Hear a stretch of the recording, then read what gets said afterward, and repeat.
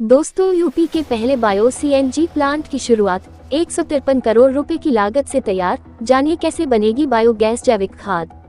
प्रयागराज नैनी क्षेत्र के अरल स्थित उत्तर प्रदेश के पहले बायो सीएनजी प्लांट का विधिवत शुभारंभ हो गया। पहले ही दिन नगर निगम की ओर से 20 टन गीला कचरा, जिसमें मुख्यतः किचन और रेस्टोरेंट वेस्ट शामिल था, इस प्लांट तक पहुंचाया गया और प्रोसेसिंग शुरू हुई। 153 करोड़ रुपए की लागत से बने इस अत्याधुनिक प्लांट में अब बायोगैस का उत्पादन शुरू हो गया है। 20 टन कचरे से शुरू किया गया प्लांट आने वाले दिनों में प्रतिदिन 100-125 टन गीले कचरे से बायोगैस बनाएगा। इससे पर्यावरण तो सुरक्षित और स्वच्छ होगा ही, साथ में नगर निगम को सालाना 53 लाख रुपए की आमदनी भी होगी। Ever enviro Prayagraj RNG private limited के प्रोजेक्ट हेड हिमांशु श्रीवास्तव ने बताया कि पहली प्रक्रिया में कचरे को ट्रामिल मशीन में डाला गया, वहां उसकी छंटाई की गई और लुगदी तैयार की गई।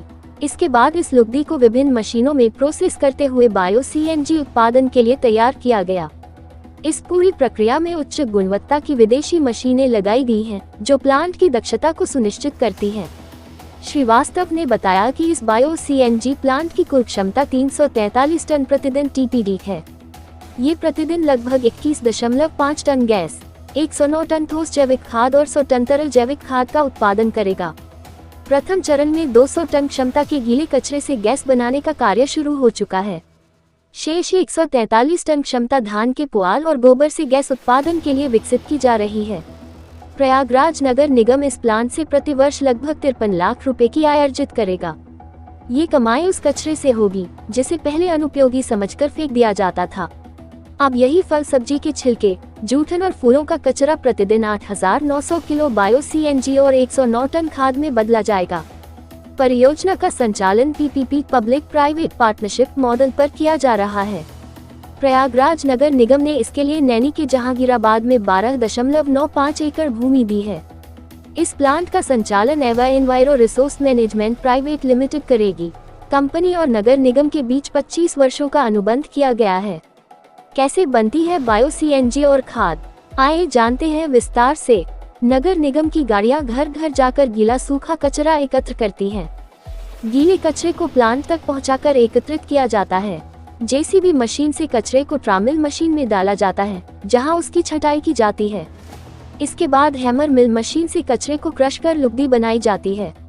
लुगदी को फीड टैंक और फिर डाइजेस्टर में डाला जाता है, जहां एक्टिव स्लरी या गोबर मिलाकर बैक्टीरिया तैयार किए जाते हैं। डाइजेशन पूरा होने के बाद रॉ बायोगैस तैयार होती है। गैस को VPSA सिस्टम से साफ कर बायो सीएनजी और CO2 को अलग किया जाता है। तैयार बायो सीएनजी को Indian oil Adani gas limited IOAGL को बेचा जाएगा। ठोस और तरल जैविक खाद को पैक कर कृषि कार्यों में बेचा जाएगा।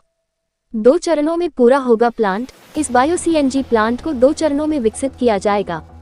पहले चरण में 2 डाइजेस्टर लगाए गए हैं, जो 200 टन गीले कचरे से प्रतिदिन 8.9 टन गैस का उत्पादन करेंगे।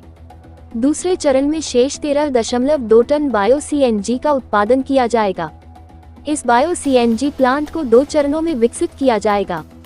पहले चरण में 2 डाइजेस्टर लगाए गए हैं, जो 200 टन गीले कचरे से प्रतिदिन 8.9 टन गैस का उत्पादन करेंगे। दूसरे चरण में शेष 13.2 टन बायो सीएनजी का उत्पादन किया जाएगा।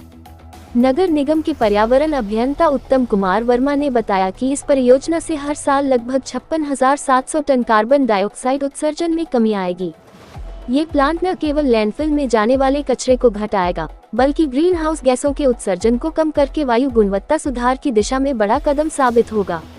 इस प्लांट के संचालन से लगभग 200 लोगों को प्रत्यक्ष और अप्रत्यक्ष रूप से रोजगार मिलेगा। 40 लोग सीधे प्लांट में कार्यरत होंगे, जबकि 150 से अधिक लोग अप्रत्यक्ष रूप से इसमें शामिल होंगे। इससे स्थानीय अर्थव्यवस्था को भी गति मिलेगी। नगर आयुक्त श्री साई तेजा ने बताया कि शहरवासियों से अपील की गई है कि वे गीले और सूखे कचरे को अलग अलग रखें। डोर टू डोर कलेक्शन करने वाली एजेंसियों को अलग अलग सौंपें। इसके लिए एजेंसियों के साथ बैठक कर निर्देश दिए गए हैं कि गीले कचरे के अलग संग्रहण को प्राथमिकता दी जाए।